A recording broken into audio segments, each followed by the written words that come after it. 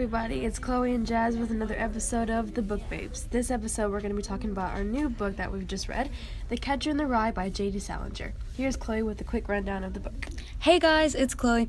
So I just want to say I love this book so much. It's always been one of my favorites. It's just about this teenage guy and he's writing from a mental asylum. His name's Holden Caulfield and he's a pretty funny narrator. And he kind of talks about all the events that happen up to him getting into a mental asylum. He talks about how he gets kicked out of his prep school and he just kind of goes around New York because no one wants to go immediately home after getting kicked out of prep school. And so he has all these sorts of like mini adventures. He goes to like a little club. He goes on a date with his old friend. He even encounters a prostitute. And it's just a really great book. And we have a surprise for all of you listeners. We actually have Holden Caulfield and some other guest stars. Say hi, guys. Hey, how are you? Hey guys, it's Phoebe. Thanks for having us on today. No problem. All right, we're going to start asking some questions. This is our segment specifically for The Catcher in the Rye. It's, Jane, are you ready for this? It's called Catcher in the Why. So this is for both you and Holden to answer, but our first question's for Jane. Alright, so why did you go on a date with Stradlater? Well, at the point in time where things were going on at home, which I really don't want to talk about, but it involves my stepdad, I just felt like I needed a distraction. I know he had a past history of like trying to get his way with girls, but that's not what I was really looking for. I just wanted a distraction from what was going on at home. Nothing too serious. I know that he has that past, but I wasn't looking for that, so I knew going into it what his intentions were, and I wasn't going to fall for it. I get you. All right, Holden, this one's for you now. So towards the middle of the book, it really caught my eye how you seem to be just rushing into adulthood. I mean, don't we all? No one wants to be a kid. We want to be treated like adults. But you try to rush into adulthood like you drink and you are just kind of doing whatever you try and say you'll marry Sally, even though it's kind of impulsive. You even hire a prostitute so you can try and get rid of your virginity. But why? I mean, you're just trying really hard to be an adult. Why not enjoy your teenage years? Well, I think going to Pincy Prep and all the other prep schools I went to really put a bad taste in my mouth, and I'm kind of sick of all the phonies at those schools, so I'm ready to be an adult and have the sort of freedoms that I want. Huh, interesting. I definitely don't want to be a grown-up. You just, Definitely not. no taxes. I think I'd rather be a kid again. What about adulthood makes you want to just grow up so fast? I mean, I can see some appeals of the adulthood of being respected, but you also talk about how a lot of the adults you speak to, like your teachers especially, because those are the main adults in your life, is that you all think they're phonies, or at least some type of phony or fake in a way. So why rush into being a phony? Well, there are a few good ones, like the nuns I met. They seem pretty legit. They really wanted to help people, and I think I could be different. I don't think I would be a phony. Interesting. Alright, this one's for you, Phoebe. I'm gonna say Penelope. Penelope's not a character in this book. It's Phoebe. Okay, so for your Phoebe, what impact does Holden have on you? Well, personally, I know what he's going through, and I know that things are different at home without him, and without Allie, it's definitely totally a game changer. But I try to be there for him like he does me. I try to listen to him and help in any way I can, because I know that he's depressed and is going through his own things, and we both are handling things on our own, but we're there for each other. And that's what I think is most important in how he has impacted me. Pretty nice. I mean, it's just, I always liked how you were always there for Holden, and despite being younger, you just were there for him. I mean, Jazz is always there for me. She's such a great listener. She loves hearing me talk all the time, right? Right, that's it. That's me. You can just hear the enthusiasm in her voice. All right, we're going to start our next segment. Now we're going to get a little bit deeper, and we're going to have a segment called Catcher in the Rye, in which we just kind of talk about how Holden and other characters, how he isolates himself from them, and he's kind of alone. So, Jazz, you want to ask the first question? Yeah, this is for you, Holden. Why do you intensely dislike Ackley or Stradlater? Ackley has so many disgusting habits, and he's always coming into my room. Well, he was always coming into my room because I had to get out of Pincy. Why do you always do favors for them, like anything they ask, even though you don't like them as much? They're kind of the only, I guess you could say, friends that I had at Pincy. Even though they treat you like crap? Yeah, even though they treat me like crap. Well, I mean, that's a good friend. I'd like to have you as a friend. Okay, similar to the teacher early on in the book, old Spencer, you kind of choose, it's kind of a reflection of you choose to be selectively try or try not. You failed all your classes because you weren't trying. But then like Except for English. Except for English, you're right, because English is important.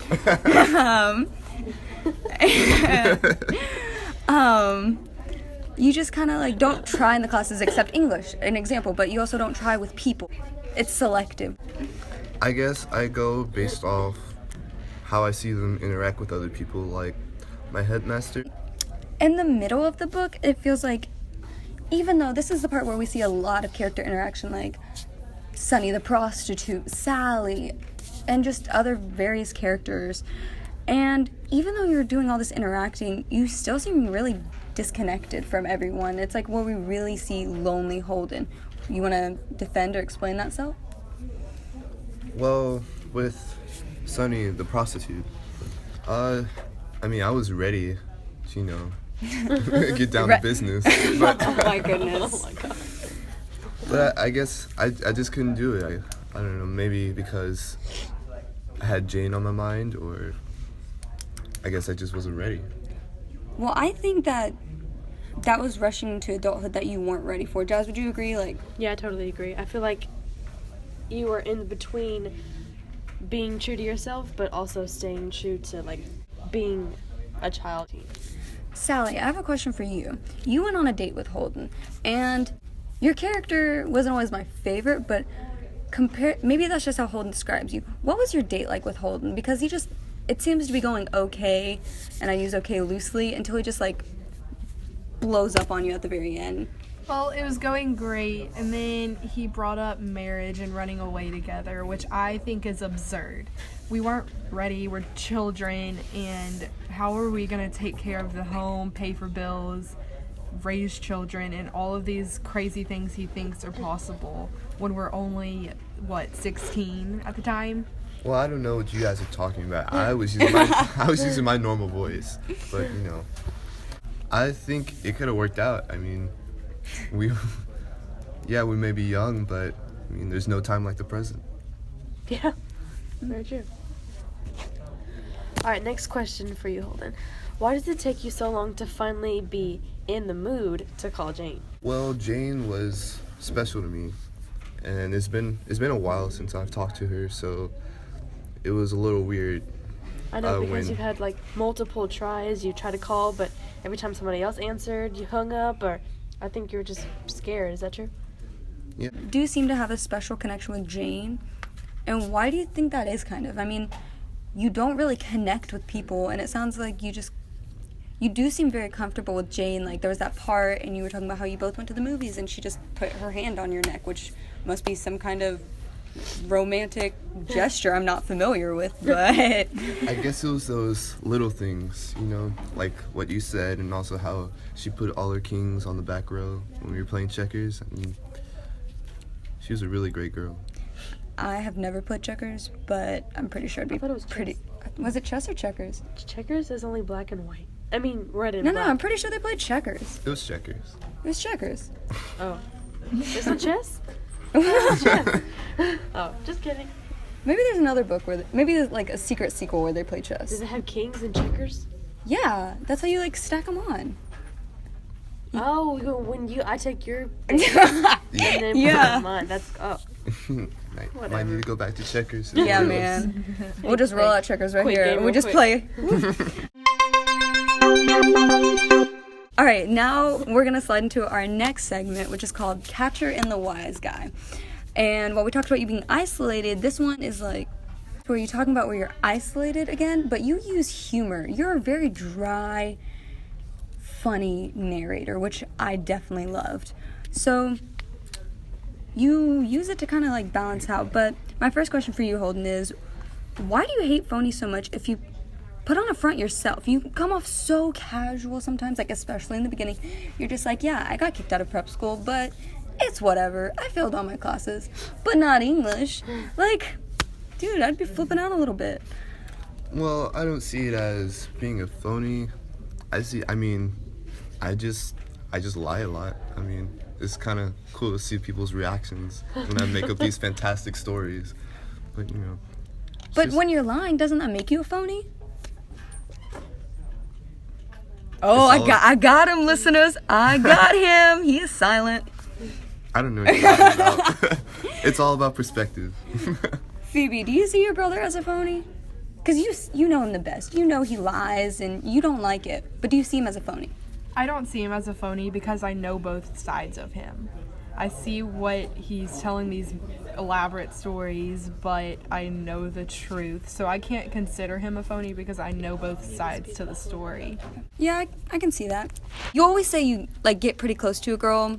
Like, you get up to a point, which could be your ego talking because you don't want to let your listeners know what a weenie you might be or something like that. Which, I mean, I admire. Like, you respect up yourself that you're like, okay, I know I can't go up to a certain point. I don't know why. Yeah. But do you think a part of it might be because you're questioning your sexuality or you're confused or... Well, you guys ask the hard-hitting questions. I don't think that it's because of my sexuality per se. I don't want to be like guys like Stratler, you know. I want to have a respect for women, and I feel like that could be a sign of me maturing into adulthood. Really? Sally, on your date, do you think Holden was maturing into adulthood when he was talking to you?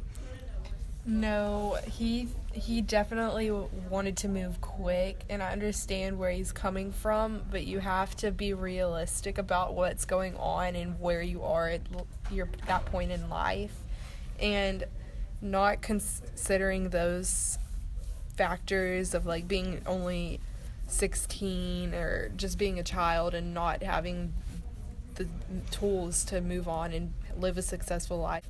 I think that was kind of childlike of him and not mature to not consider those things. Interesting. Holden, you want to rush into adulthood and you also want to stay a kid. You want to protect all the kids like Phoebe and just other little kids, and you want to protect their innocence, but you're also trying to give up your own innocence in a way. You're naive, but in a certain way, I'm guessing. Just, would you like to elaborate on that a bit?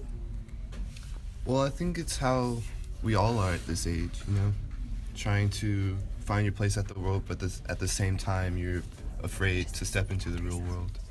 Another question for you, Holden, and this is gonna get a little bit more serious, but it was one of the saddest parts in the book for me, and I almost cried, honestly, the first time I read it, but I also cry in public in books if it's too sad. Like, I know you cry if you see like a little dog just like wandering outside. Yeah, because the dog's lonely, okay? Like, you just gotta save the dog. But one part of the book that made me tear up was how when, after talking to a certain teacher, when you went to go visit him, you fell asleep, and you woke up to him petting your hair, which was freaky. You flipped out, and you just ran out of the house, left your bags and stuff, but then when you're talking to the reader about it, you just kind of play it off. You're like, man, that kind of stuff happens to me all the time. And it was heartbreaking to me because this was such a serious event, and you tried to be so casual about it. You're like, happens all the time, and it makes my hands clammy. Like, I just want to cry thinking about it right now. It was so sad. So why did you try and not make this huge event seem like such a big deal? I think it's my way of kind of coping with it, you know, because, as I said, I've had experiences with this before, and Mr. Antolini, that horrible guy, he tried to make it seem like the problem was with me, so I guess maybe I was just kind of shaken up by the whole situation.